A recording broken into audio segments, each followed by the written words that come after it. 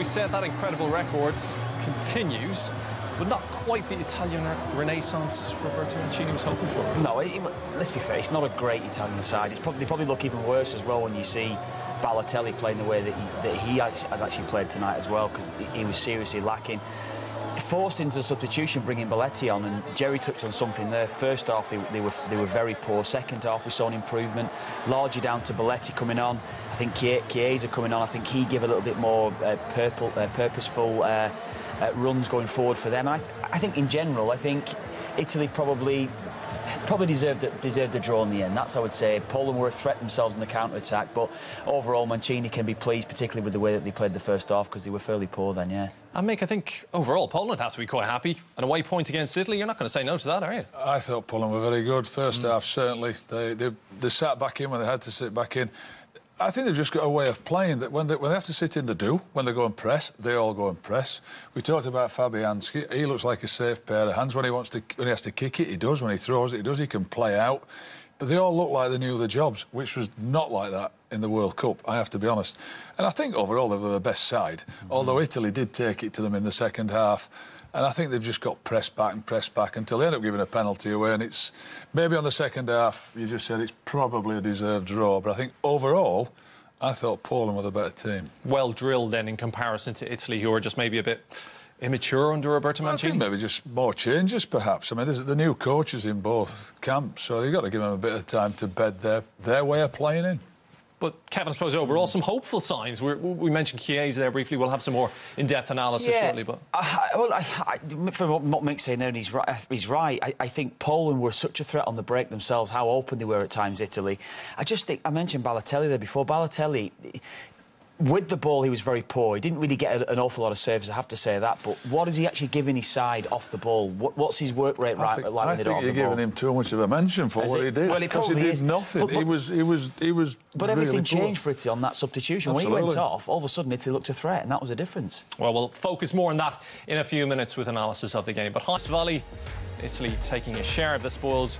Jorginho with a coolly converted penalty to make it 1-1.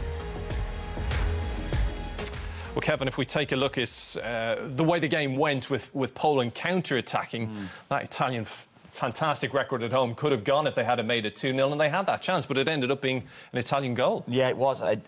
That was maybe the theme of the evening, I suppose, from Poland. They sat in deep.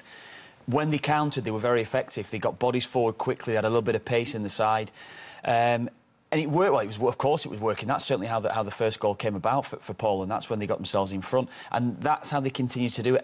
They just before the equaliser, it's probably a wrong decision from Krychowiak. Maybe he should have taken the shot on maybe when it went for him. This is what I talk about here with the counter-attack. How many bodies have Italy got forward there? How many bodies have they got beyond the ball? It's a great break, lovely little 1-2 from Krychowiak. Once he gets through here, I was actually screaming to take the shot on. Maybe on a bit of an angle, yes, he's looking for a teammate. Probably the wrong option. The man is then to circulate it again, keep hold of the ball, keep possession well enough. Italy filter bodies back forward. And when they get into this position, they're comfortable now. That's it. Keep the ball, don't make any mistakes. Fullback goes beyond it, sloppy touch, and look how Italy break against that then. They're struck down the other end when they've looked like in a country Poland. Chiesa, we spoke about him before, Italy gets beyond the 1-2.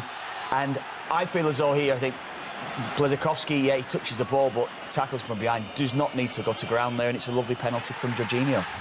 Mick, your take on that penalty? It's a penalty. I think publicly I'd be mourning like a drain that I'd got the ball and my player had got the ball. And he does, and I'm still of that ilk. If you tackle the ball, you kick it away.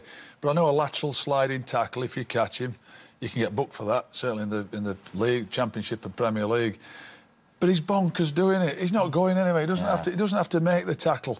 So publicly, I might be defending him. Privately, I'd be remonstrating with him and telling him, don't go to ground in the box and don't be so stupid. There was no danger, really. Because overall, his manager is not going to be happy with that. But I think, again, overall, he'll be fairly happy with how his side performed. And we talked about this counter-attacking. We go back to their opening goal. Well, they got something out of the counter-attack where just prior to that, Poland hadn't. Italy got a penalty, Poland got nothing, and they should have done. You're quite right. He should have took his shot, shouldn't they?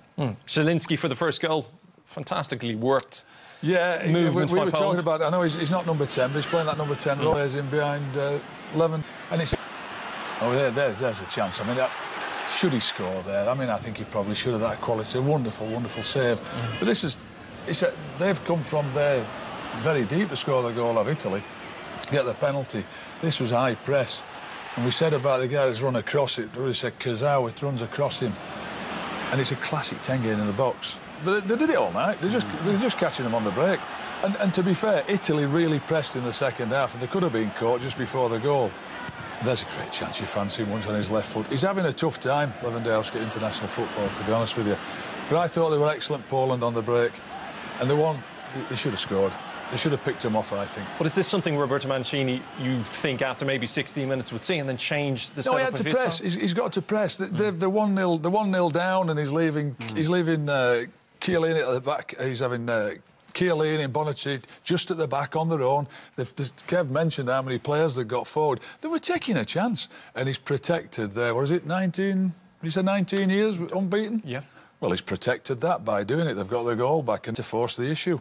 Well, Kevin, the other issue tonight was the comeback of Super Mario, but it didn't really prove to be anything of the sort, really, did it? Well, Mick's probably right. We've probably given a bit too much airtime tonight by mentioning him as we have done. That summed up his first half, has to be said, that shot. He's felt his hamstring. I mean, his lack of movement throughout the game was extremely poor. Belletti comes on. Belletti made an impact straight away. What a clearance that is. Great athleticism. I mean, it looks like a free header there. Is it Lewandowski, I think, and Glick that's coming in behind? Free header for them. And then it was this, that nothing comes of this here, but do we see Balotelli doing this the whole night, working in behind, trying to run off defenders' shoulders, giving his teammates options? Yeah. He did that. That was a theme of him when he's come off the bench. You know, when you come off the bench, any manager will want you come on, make an impact on the game, and Belletti did that. Yeah. So did Chiesa, made a big impact on the game tonight. Goal being a handful, isn't it, playing up front? And just saying that, does that give Roberto Mancini then something to think about? Maybe the two of them up front with the industry they provided. That's really what you want, absolutely. isn't it? He might not be picking his son too often. They said he's like his son. Well, I'd want my son to run around a bit more. I'm telling you, we've given him, Balotelli, far too much airtime for not doing anything. And we said Belotti came on, ran around. We talked about he chased and closed the goalkeeper down. He ran 50 yards. Well, it's not.